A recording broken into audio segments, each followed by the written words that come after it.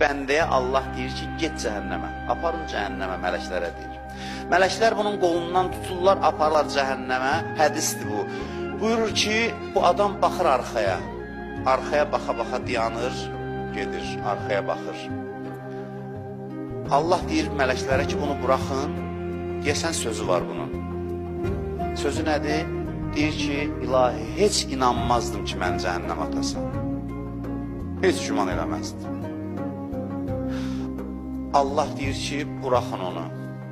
Mən barədə xoş gümandadır, gümanlı doğrultmalıyam.